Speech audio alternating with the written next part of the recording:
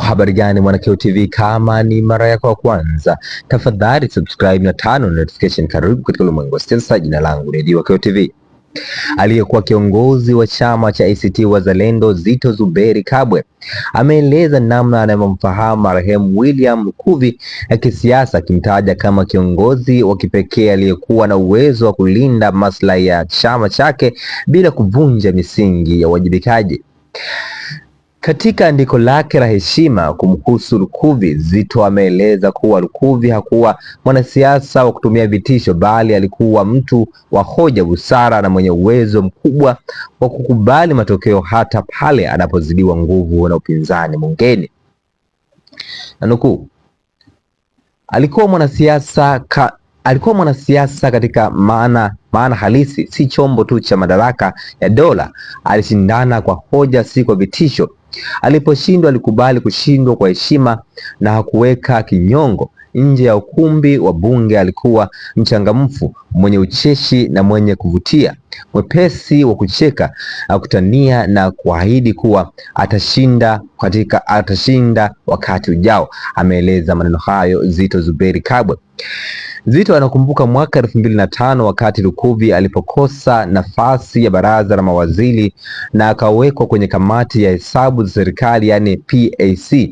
Katika kipindi hicho Lukuvi alionyesha msimamo mkubwa katika sakata la kampuni ya Alex Stewart, ambapo alishirikiana na wajumbe wengine kuhakikisha serikali inaacha kutumia kampuni hiyo na kuacha kukagua uzalishaji wa dhahabu yenyewe, jambo lililokoa mabilioni ya fedha. Na nukuu maneno ya Zitto Zuberi Kabwe.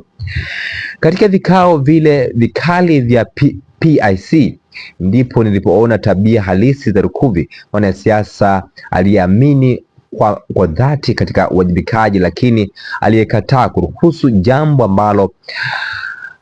ambalo linaharibu taswira ya chama chake. Alifanya kazi kwa hekima na kiasi kuhakikisha kuwa kamati haigeuzi swala lile kuwa uwindaji wa kisiasa wa upande mmoja, huku akisisitiza kuwa ubadhirifu lazima ukomeshwe.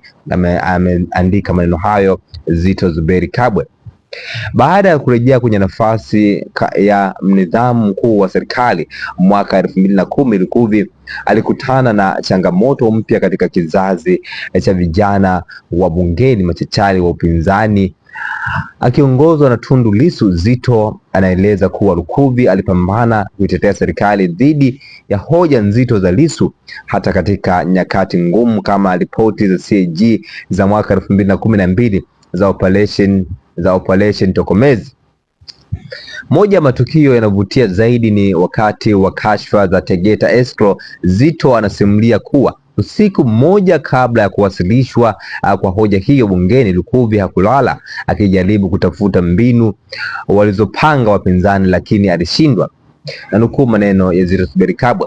Usiku wa kuamkia siku ambayo hoja iliwasilishwa na Lukuvi hakulala. Alitembea katika viwanja vya bunge hadi alfajiri akijaribu kuundua mbinu yetu. Alishindwa. Asubuhi iliyofuata alipokutana, alitazama kwa tabasamu fupi na kusema, ninyi watoto wasumbufu umenishinda.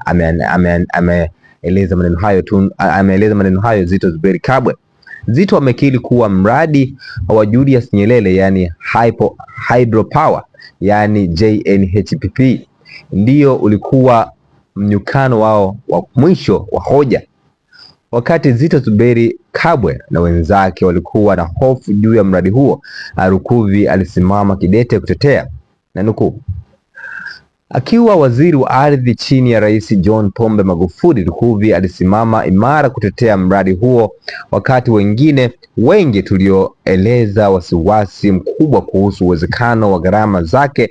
Katika mjadala ule ilionekana kana kwamba nilishinda, lakini historia imethibitisha kinyume chake.